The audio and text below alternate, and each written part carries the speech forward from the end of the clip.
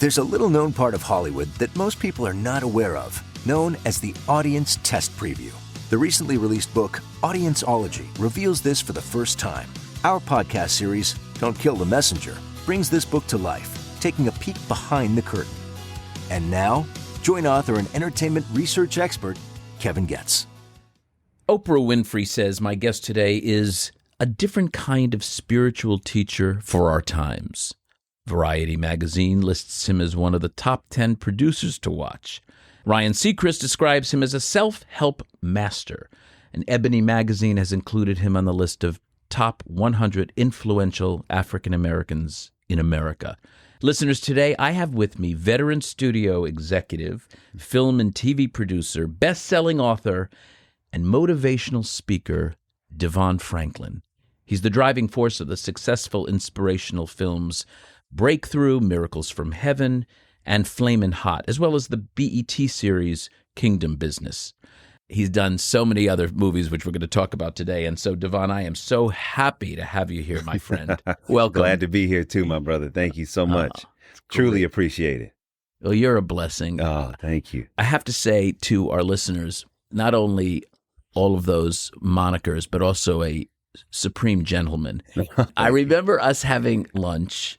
I don't know. We just had lunch a couple months ago, but this was like maybe, I don't know, 5-7 years ago. Yeah, that's right. Our first time having lunch. Was it our first time? I think so. Okay. So we were at Hanoki and the Bird. Yes. And we had a wonderful lunch. And a couple of days later, in the mail is a handwritten note from you to me saying, I so enjoyed our lunch. And I was like, who is this guy?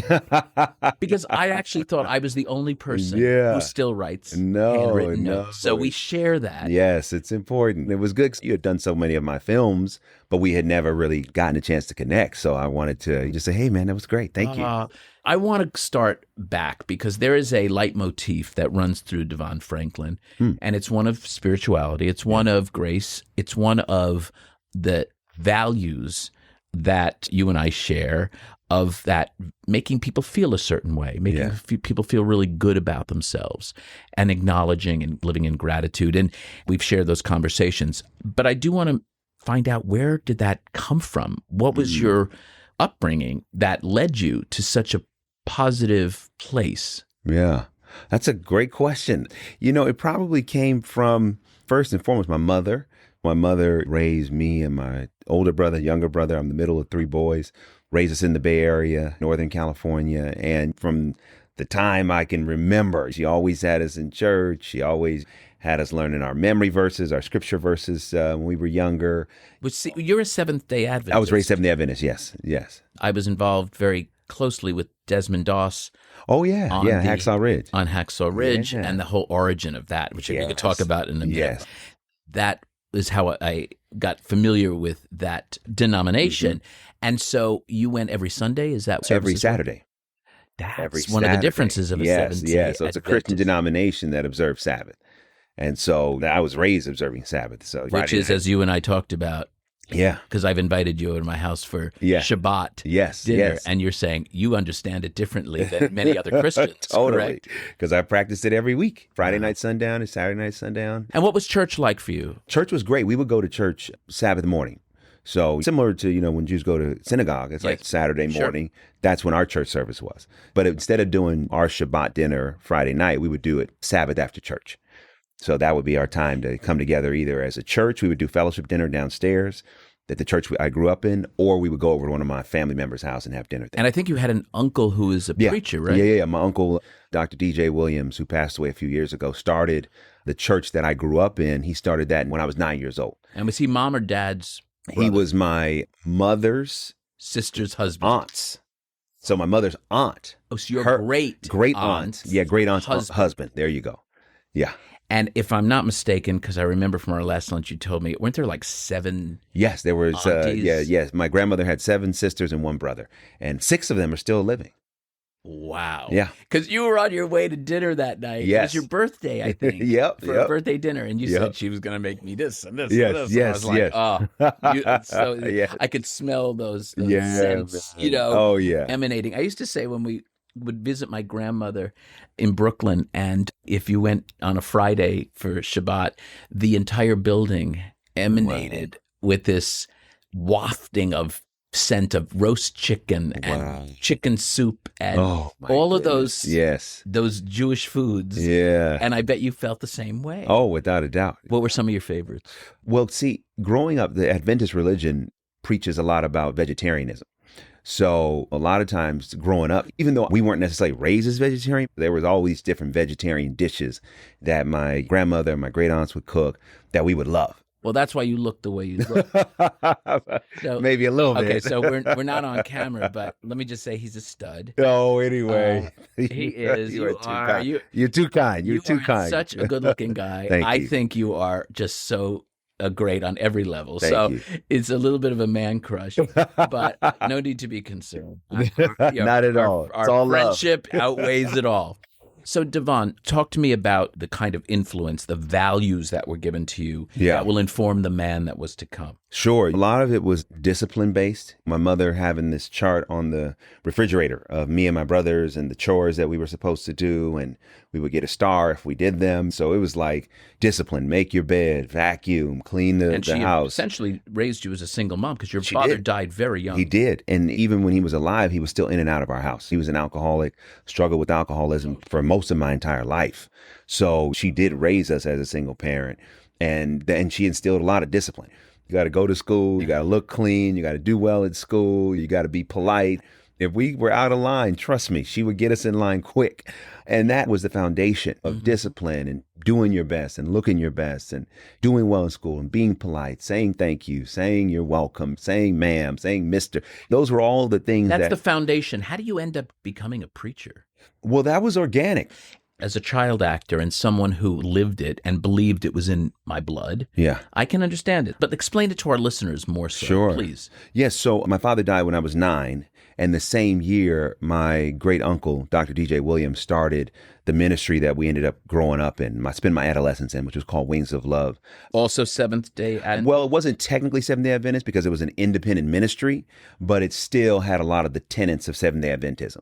So technically, because it wasn't a part of the official denomination, it couldn't be called Seventh-day Adventist. So we were a Sabbath-keeping church. But pretty much, if you went to one Adventist church and you went to Wings of Love, there were a lot of similarities. So you can be a preacher without having a congregation? You can. Yeah, you can. Did you ever have a congregation? No, because when I was 15 going to Wings of Love, it was the second year that we were doing our youth day. And youth day was a service where the youth would basically run the entire service.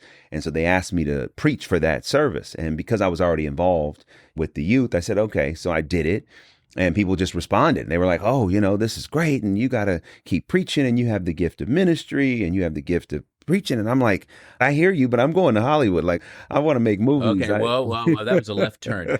How do you go from that to I'm going to Hollywood? Because I was always fascinated by entertainment. Always. I mean, I think even when my father died, entertainment just was therapy. Watching movies and watching. What was your first movie that had an influence on you? Oh, man, like Color Purple. Oh, my God. That Steven Spielberg version, right? Yes, Steven. Oh, man, that's one of his best films ever. And you know what's amazing is I read that book. I loved that book. Mm-hmm. I said, oh, they're going to ruin it. Then when I heard Steven Spielberg was going to do it, I said, well, he's certainly not going to ruin it. And then he actually was as good as the book, which are very powerful words. Yes. Right? Oh, so powerful. So, I mean, that movie, and I can watch it Whoopi Goldberg and Margaret Avery. Oprah. I mean, unbelievable. Danny Glover. That was a tremendous movie.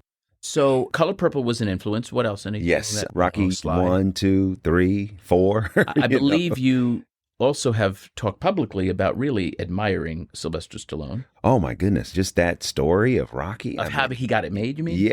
No, that's inspirational, but just Rocky in of itself. I mean, feeling like he was, just going back to the first one, feeling that he was a bum, but he still had this dream of being this heavyweight contender. And when you go back and watch that first film, it's amazing. Like, he's like, listen, I don't even need to win. I just want to go the distance to prove to myself that I am something. And I just resonated with that as a middle child and trying to find my place in the world and not always I'm a middle feeling. child also. Okay, so you understand. I understand You know, all too well. You do. So let me ask you then, was USC, which is where you went to film school, correct? Yeah. No, I did a business major and a film minor. Yeah, your mother would never let you do a film major. Well, they rejected me. That was the thing. USC Film School rejected me as an undergrad major. Note to USC Film School, you make mistakes. But you ended up doing a minor in film. Yes, I did. But you went to Hollywood, meaning you went to SC at first? Yes. Because you wanted and had the love of film?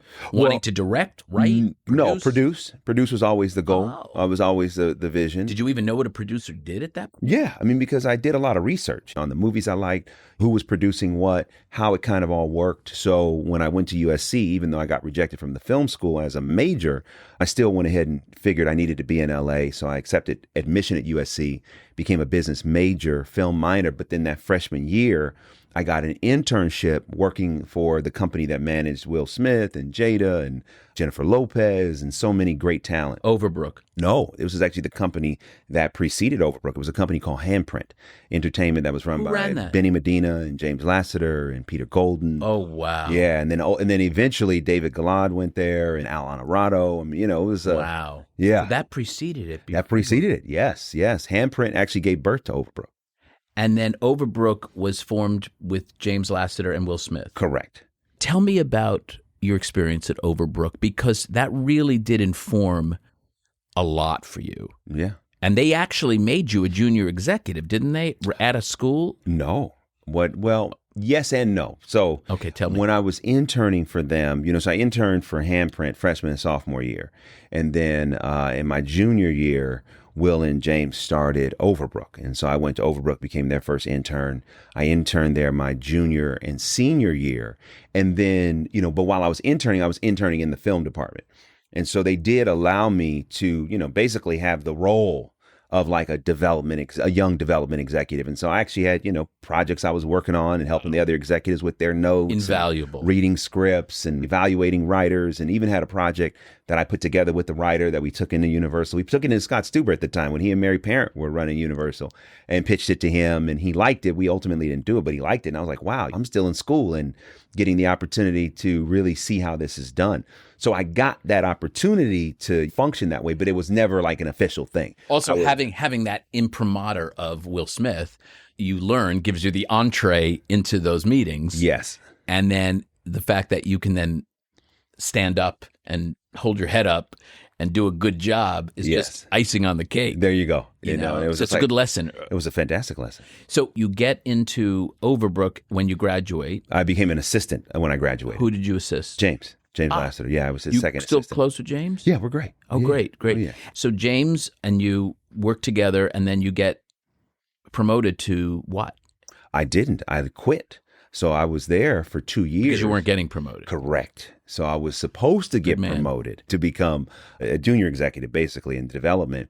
But that didn't happen. They were going through changes at the time and making some different moves with the film department, and brought in Teddy Z to run the film department. He was the one that was very instrumental in Hitch and produced Hitch, and then has gone on to produce great films. Where do you go from there? So I ended up quitting working for Will and James because I wanted more opportunity. And at that point in time, like, I'd interned for them in some capacity my entire college career, and then was an assistant for 2 years. And I figured, like, okay, if there's no room for promotion, that's fine, but I got to go. So I ended up quitting, and then got offered a development executive job by Tracy Edmonds, who was a very prominent producer at the time. She did. Was she still married to Babyface? She was married to Babyface, yes. So I worked on Soul Food. Did I meet you there at first? No. It was such a beautiful film about family. Yeah. George Tillman. Yeah, definitely. That was his first. Who was our guest. Listen to the George Tillman episode as well if you want to learn about that movie. So you worked for Tracy. Yes, for just a year and a half. And then MGM at the time was looking for a young executive. And so I went in, I interviewed, and they hired me. While you were working for Tracy? Yes. But you got the job with Tracy having quit and not having a job. Correct. Yeah. That takes a ball sack. Yeah, I mean, but you got to believe in yourself. You got to bet on yourself. 100%. I also believe you have to do a cost-benefit analysis of any job that you're in, right? So it's like, okay, let's say you want to get promoted or you want to advance, But let's say the benefit of being there is greater than the cost, meaning you're learning, even though you may not be where you want to be in the company, you're still learning, you're still growing, you're still getting opportunities that are contributing to your development. So that means the benefit is greater than the cost.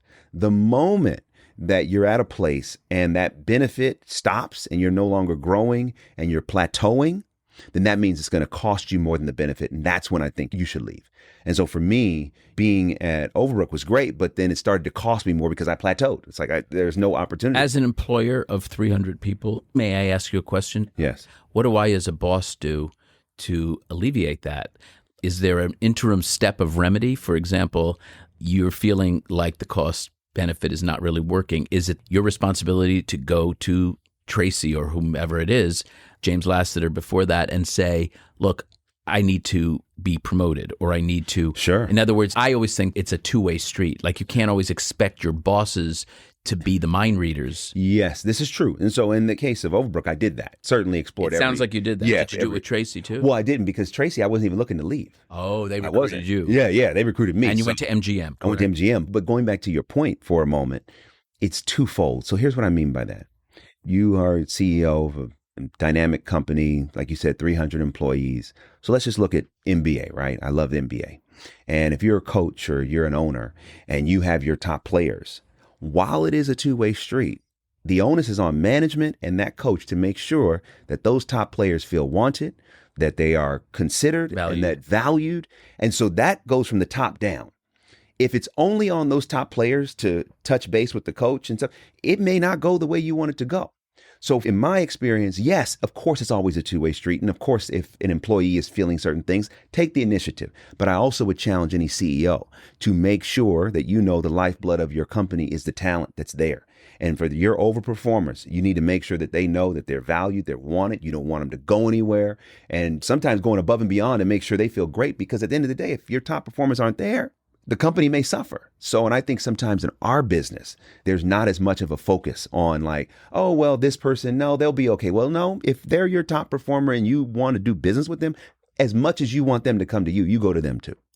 That's a really good lesson. And I have to say, with humility, I appreciate it.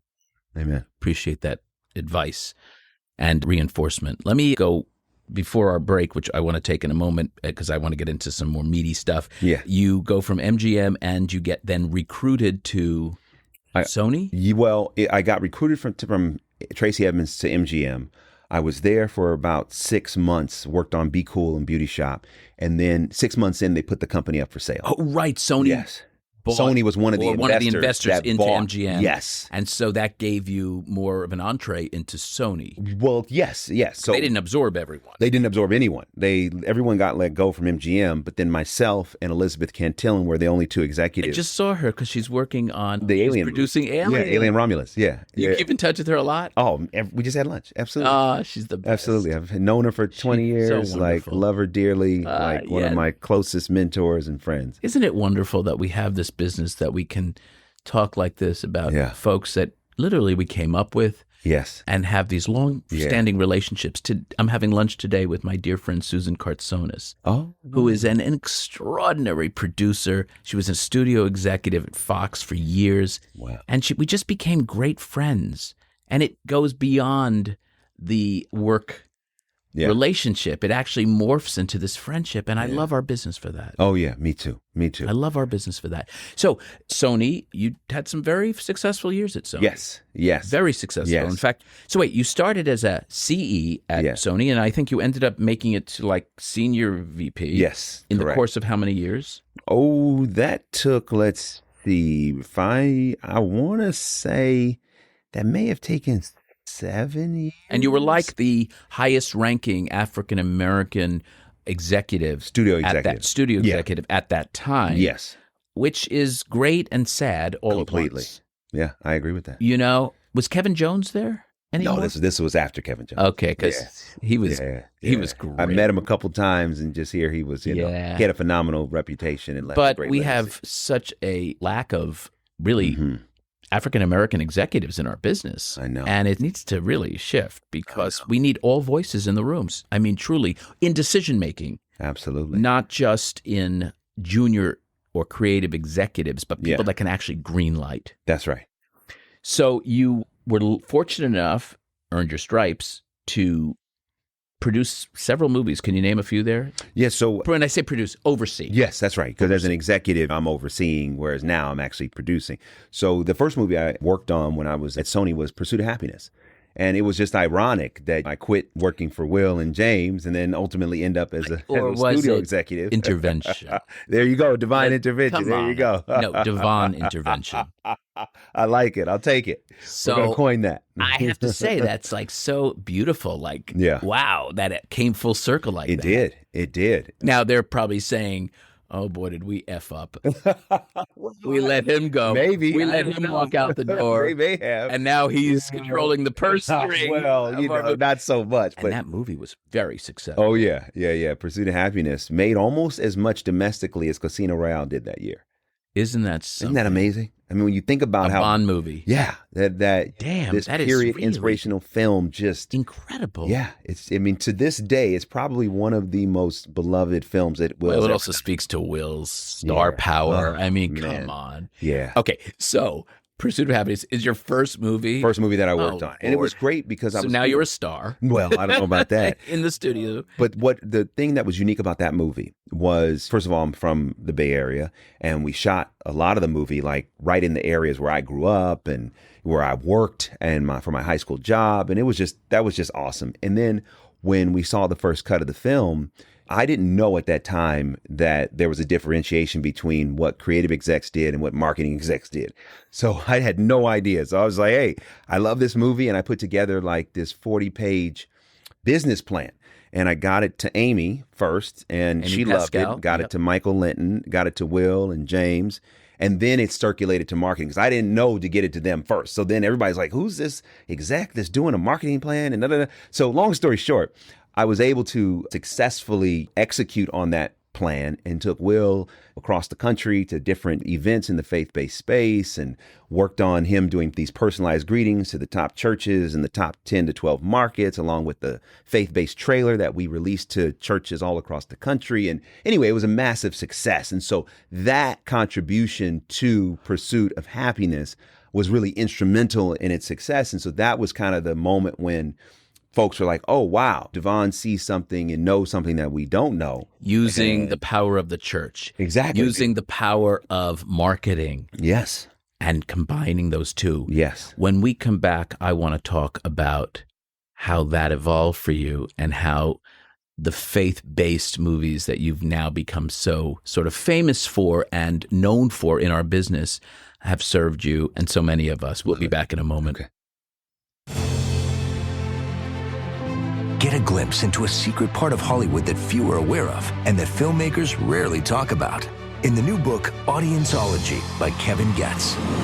Each chapter is filled with never-before-revealed inside stories and interviews from famous studio chiefs, directors, producers, and movie stars, bringing the art and science of audienceology into focus. Audienceology, how moviegoers shape the films we love. From Tiller Press at Simon & Schuster. Available now. We're back with DeVon Franklin. DeVon, before we go on to talk about faith-based films, I want to make a comment that Will Gluck, who directed Annie, was a guest on the podcast. And he talked about how he grew up on the streets where Annie was shot.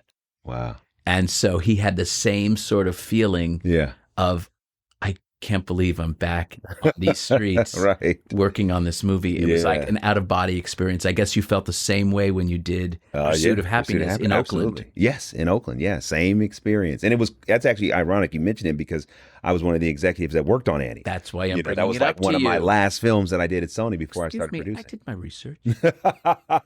I know you did. You're the king of research. So I knew that. Okay. I want to start with something that is a little bit different. I want to define a faith-based movie because I work on a lot of faith-based movies, but I also work on a lot of, I call faith-friendly movies. Sure. And I also work with a lot of folks who think they have a faith-based movie, who have a faith-friendly movie, and also people who think they have a faith-based movie who don't have a faith-based movie, nor a faith-friendly movie. So first I want to talk about what is your definition of a faith-based film? Wow. That's a great question. And I don't even know if I have a clear answer for it. It's kind of like Let's figure it out together. It's one of those things that when I look at what it means is like the subject matter and the main character's through line is fundamentally rooted in a spiritual idea. 100%. I would also say, from people that I've spoken to, that it must be a hammer movie, meaning from the pulpit, you have to be able to slam down the gavel, the hammer, the gauntlet to say, using those words from that movie can help in your sermon. And if it doesn't have that quality, which is high bar, by the way, to be able to actually use that with your congregants, it's not faith-based. If it has good spiritual values, if it mentions God or the universe and is more spiritual than, say, religious, it's usually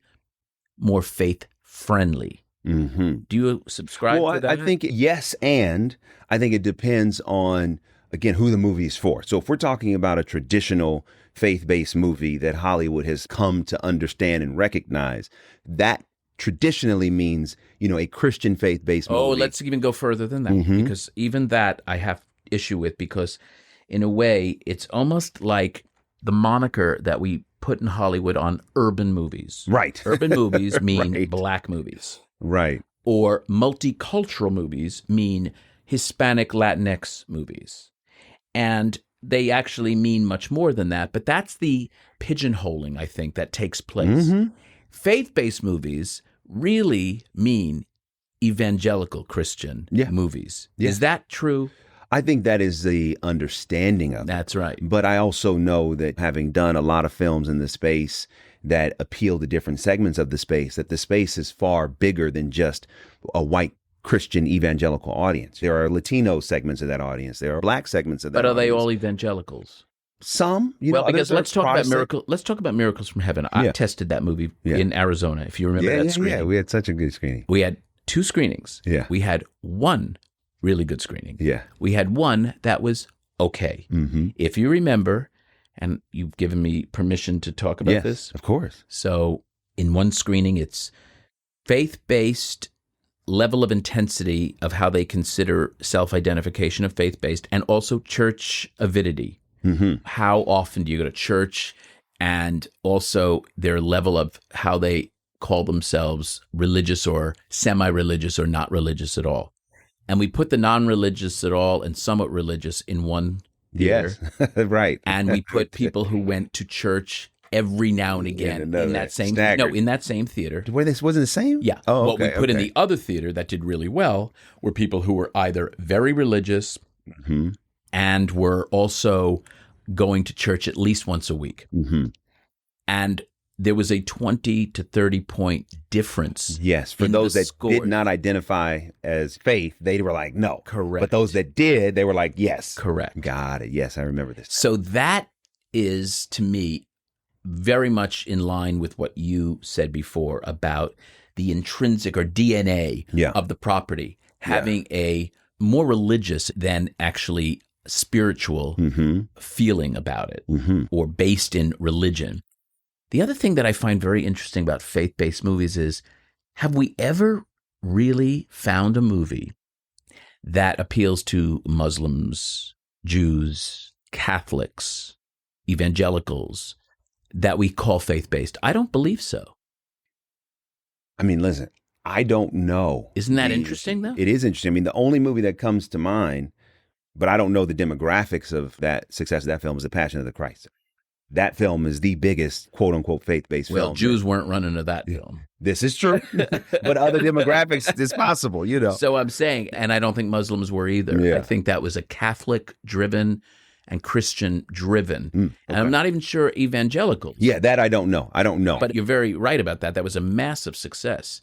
By the way, I was one of those folks who, when Mel was getting lambasted for his interpretation, I was like, it's his interpretation. He is an artist. We have to allow artists to be artists. And it wasn't the most popular position, I'm sure. Position to take, but I really felt that. But this notion of helping young filmmakers determine if they have the goods or not, and they come to you with a property, What do you look at? What touches you? How do you determine whether it's faith-based or not? Because you'd be one of the experts I'd call. I'm Right. serious. I get a movie and I'm uncertain whether it can make it or not. I usually have a few people that I call. Jonathan Bach is one. Oh, yeah. I have a group of folks who I will call and ask their opinions. You would be one of them. What would be your criteria? Two things. One, does it touch me personally? Is this story, as a man of God, a person of faith, is this story affecting my faith? Is it touching my faith? Is it inspiring my faith, strengthening my faith? That's first where it starts. Just my own personal, like, oh yeah, I'm a person of faith and this really is helping me. And then the second thing is marketability. Can I actually take this message, take this story and market it to an audience that I believe will want it? And so sometimes I might find a story that I connect to as a person of faith, but then I don't think I can sell it. So I don't do it. And there are some other stories that I don't connect to that I think, oh man, this is probably very marketable, but it's not for me. What's an example of one that really worked? I mean, the one behind you comes to mind for me, which is Miracles from Heaven. Yeah, of course. Yes. Why did that work so well? I think it worked for a couple of reasons. I mean, one, it's a great story. It's a great, miraculous, true story about a young girl who had an incurable stomach condition and fell down the inside of a hollow tree, hit her head 3 times, talked about the experience she had in heaven, and came out of the tree healed. And from that day to this, she's been healed. And so that story and the supernatural nature of it, I think, just strikes a chord. But then also getting Jennifer Garner at the moment we got her. It's like she was doing things in TV, but her movie career, I don't think she had been in a movie in a while. She was navigating the divorce of the Ben Affleck marriage. And so we got her at a moment when there was so much goodwill, and there still is, but at that time, it was like the apex of goodwill, and people were rooting for her and wanting to be supportive of her. And she just played that role of a mother and understanding what that meant to fight for her child in a way that transcended just an actress playing a role. When you watch that movie, she is just, I think it's one of her best performances. Oh, she's wonderful. Do you remember, by the way, another faith-based movie, Heaven is for Real? Yes. Where there was a major change made in the faith-based audience cut because, well, now I'll say the word and see if you remember the story, angels. Of course I remember. Tell me what happened. So in Heaven is for Real, which was You were an executive on that. I was the executive that oversaw that and championed that. And our director wanted to put this scene in there where there were these actual angels inside of the church. And it was one of those interesting, I mean, he did ultimately a brilliant job, but from like the moment that he put it in the script to shooting it to then testing it, I was always saying, no, this is not going to work. No, we can't see literal angels. Like, let's leave it to the imagination so that audiences can have their own creation in their head of what an angel looks like instead of like making it a literal thing. But when you are in this business, I think when a filmmaker has a vision and a passion, try it. And then let's leave it up to the audience to say, hey, does this work or not? They just rejected. Completely. They love the movie, but they rejected that. They love the movie. And because that was such a standout, because we, as, I don't care if we're religious or not, have an idea of what an angel looks like. That's right. And when you start that making celestial, it literal, right? That, oh man, forget about it. No, they wanted it literal. They didn't want it to be kind of more supernaturally or something. What it was? Well, no, what it was we originally had angels that took human form inside the church, right? That were kind of dressed in this Roman kind of gear, and they were like, no, we don't want that. We'll take the ones that kind of look like lights in the sky. We want the halos, but we don't want that. We don't want the literal like, oh wait, they look like this. Like no, like people like no, they don't want that. So we ended up. They want their perception. That's right. So we ended up taking that whole scene out. And then what we replaced it with was much more impressionistic. And that worked. I mean, that movie made $100 million, it's unbelievable. Worldwide. And is still to this day one of the most successful faith-based movies.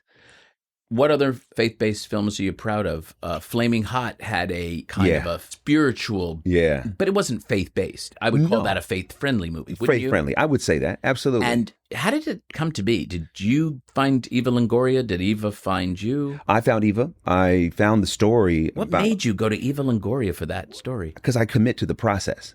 And what I mean by that's something that I learned from working with Will Smith, not only as an intern and an assistant, but as a studio executive working on so many of his movies. He was very much about the process. Like, let's not let ego stand in the way of telling the best stories. So if we have a process that all ideas are welcome, the best idea wins, the best director wins. Like if we have that process, the process is going to lead us to success. So with Flamin Hot, I found that story. I met with the real guy. His name is Richard Montañez and his wife, Judy Montañez. And he was telling me about his story of starting as a janitor, working for Frito-Lay and coming up with this idea to put chili powder on a Cheeto and market it to the Latino community in Southern California. And that just blew up and catapulted him from being the janitor and becoming one of the top executives in the company. And when I found that idea, I sold it to Searchlight, Fox Searchlight at the time, and worked on the script and developed it. And then we got to the place where we were putting a director on. I sent it out, probably about 15 different directors. 12 of them wanted to meet. And so I committed to the process. I met with every single director. And one of the directors that wanted to come in to meet was Eva Longoria. I knew her agent very well. I didn't know Eva. And so when her agent called me, I was like, well, is she a director? And they said, well, she's directed a lot of TV. But I was like, well, has she directed a movie? And they were like, no, not yet. And so I was like, well, I don't know. But because I was friends with her agent, I said, okay, I know how this goes. Took the meeting. Eva came in and I didn't know she had a master's in Chicano studies and went through every page of the script and was telling me what I did right and where I needed to improve and what was authentic and what wasn't authentic. And by the end of that meeting, I was like, wow, I had no idea that she was such a force and that she understood what this movie needed to be. So wow. From that moment, I was like, she's our director. And boy, did she do an outstanding job. Did a And the brilliant job. scores on that movie. I want to ask you about projects that you're working on now that are exciting to you, that really speak to you. Yeah, I'm working on my next two movies, which I'm close to going into production. One is a film, faith-based movie for Amazon called Relationship Goals. And Relationship Goals? Yes, Relationship Goals. It's a terrible title. Well, it's not if you know what it means from a social media standpoint. Sorry. That's my relationship with DeVon. Yeah, so if you go on to Instagram and you do hashtag, you look up hashtag Oh, wait, relationship I said goals. this at lunch to you. Sorry. Yes. And you said, oh, well, wait, you need to. Yeah. I have to confess. So the core that knows what it is, they're like, we know exactly what that is. Because but what that's about like, the core that don't? That's okay. You'll find it once that core that does makes it a success. Okay, so tell me why it's a good title again. Tell me why it's Because in the culture, everybody knows what that is. It's like, oh yeah, this couple is relationship goals, or yeah, we want to be relationship goals. So it's a euphemism I see. that folks Like in Netflix pop and chill. culture, there you go. They know what that means. Yeah, So years ago, Hold on, I'm looking at our engineer, Gary. Did you know what that meant? because maybe y'all are not in the demo. Touche. So you were going to say. So a few years ago, a pastor friend of mine, his name is Mike Todd. He pastors a church in Oklahoma. Mhm. He had done a YouTube series called Relationship Goals that went viral. And then he wrote a book based on that YouTube series called Relationship Goals that became a New York Times bestseller. It was on the list for 15 weeks. What the hell do I know? I'm just telling you. What do I know? And it was, Yeah. in terms of relationship books, it was the most successful relationship book, especially for the urban You mean like- faith community. Like Chicken Soup for the Soul or something. Well, like Think Like a Man, Steve Harvey's book. Listen, you are one of those rare breeds of producer who really understands marketing. So I have an extra added respect for you because of that, Thank you. which means you have a true appreciation for your audience. Absolutely. And you know that I call myself an audience advocate. Yes. And essentially, that's what I do. I put the audience's voice ahead of others when they don't have a voice. Right. And so knowing that information is very helpful for me to hear. Oh, yeah. And also, I think why this particular book, Relationship Goals, struck such a chord is because it really does talk about how to have a healthy love life and what goes into it. And Pastor Todd uses his relationship with his wife and talks about their story. And it just struck a really strong chord. So I set that up at Amazon years ago, been developing the script. Linda Mendoza is now going to direct it. She comes from the world of comedy. She's done a lot of episodic television. She did a movie years ago called Chasing Poppy. But since then, I worked on that. Yeah. She did that movie, which is a great Sofia film. Vergara was in that. There you go. Yep. That movie was fun. Yeah, a lot of fun. But since then, she's like one of the most in-demand directors when it comes to comedy on TV. And so she's going to direct it, and we're up for green light at Amazon, and we'll make that in Toronto. Very, very excited about that film. Great. What else is on the agenda? And then I'm doing a film. Tyler Perry and I just partnered up to do Tell me about that, for God's sake. That's fabulous. Yeah, we just formed a partnership to produce faith-based movies for Netflix. So you have a deal. We have a deal, yes. And what does that deal look like? Like, how many movies do you have to give them a year? We have to get, it's kind of like one a year at a minimum of 3 over the 4-year term, and then it can be more than that. And so the first one that we're doing is called R&B. It's based upon the Bible story of the love story of Ruth and Boaz. And so we're doing an update of that love story, and we're calling it R&B. So that is a movie that I love because I've never had the opportunity to do a Bible story in kind of a modern way. And I think it'll appeal to his audience and my audience, and we're really excited about that. So is his audience different than your audience? His audience is a little bit different because my audience, in terms of the films that I've done, are used to content that I would say fits more squarely in the faith-based box, whereas some of Tyler's content fits there, but then other content was just different segments of the Medea thing is very much older Black women who are really committed. Sure. By the way, a completely misunderstood segment of the power I know of the wallet. I know. I'm just saying. I know. I know it. I know it all too well. Yeah. For so many reasons. Yeah. On so many films. Yeah. Yeah. Totally. Look at Woman King. Yeah. Look at Color Purple. Mm-hmm. Driven by a majority of tickets sold to African American women, particularly over the age of 35. Yeah. Very strong. Yeah. Wonderful. Wonderful. Tyler, tell us about him and how did you all hook up together? Yeah, it was very organic. I've known Tyler. We've been friends for, over 15 years. And I did an animated faith-based film for Sony called The Star years ago. It was I worked on that. Yes. It was a nativity story, but from the animals. Tyler was involved? Yeah, he played a voice. He was one of the camels. Oh. Yeah, Oprah did a voice for me. She was one of the camels. Kelly Clarkson, Zachary Levi, Mariah Carey did the lead song. We had like an all-star cast that came together for that. And so that's the only time we've ever worked together.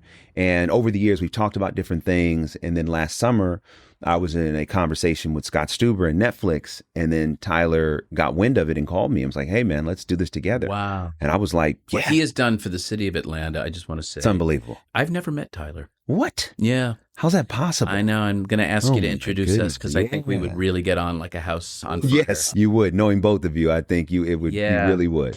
The Star, I want to just say, was not successful. No. And I have a theory, and I'd like to hear your theory. Yeah. You want to hear mine first? I want yours first, absolutely. Mine is that it's primarily a Catholic story and not an evangelical story. Mm-hmm. So as a faith-based movie that was dealing with primarily Catholic population was much more limited in its scope. Tell me if that's right or wrong. Maybe. I mean, but everyone, even if you're not Catholic, you still buy into the birth of Jesus and the nativity. It may not be as much of the lore, because when you're talking about Catholic, you're talking about the Virgin Mary and that, being such a prominent part of Catholicism. But I think what happened, 2 things happened. Well, actually, 3 things happened.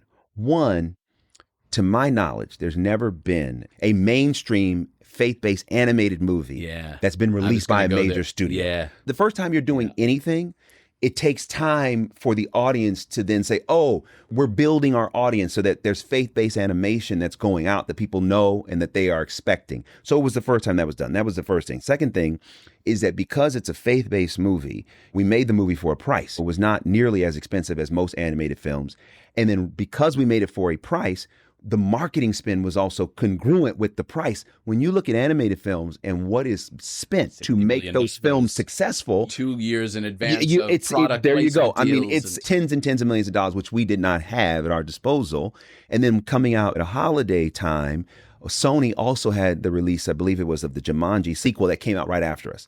So from a company standpoint, I think Rothman would even say this. It's like the Star tested, people liked it, he loved it. We had all the goods. But the studio's like, look, we're going to give this a few weeks, but then we got to pivot. Well, I also have to tell you that it wasn't a hell of a lot of fun.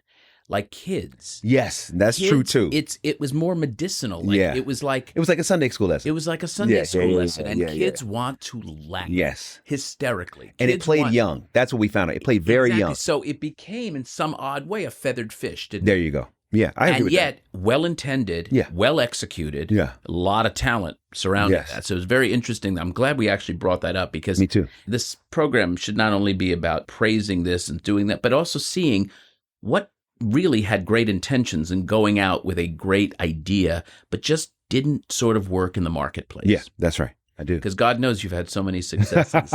So many successes. Yes. DeVon Franklin, I don't know what to say except thank you. You're just a terrific friend, and I am very blessed to have you in my life. And thank you for sharing your journey and many of these stories. Yeah, no, thank you for having me. Thank you for doing this. Thank you for who you are and everything you do for us. So grateful to be here. Truly an honor. To our listeners, I hope you enjoyed our interview. I encourage you to follow DeVon on his social media at DeVon Franklin, and to check out his films, shows, and books. For more filmmaking and audience testing stories, I invite you to check out my book, Audienceology, at Amazon, or through my website at kevingetz360.com. And please also follow me on my social media. Next time on Don't Kill the Messenger, I'll welcome a terrific directing, producing, and writing duo, Will Speck and Josh Gordon. Until then, I'm Kevin Getz, and to you, our listeners, I appreciate you being part of the movie-making process. Your opinions matter.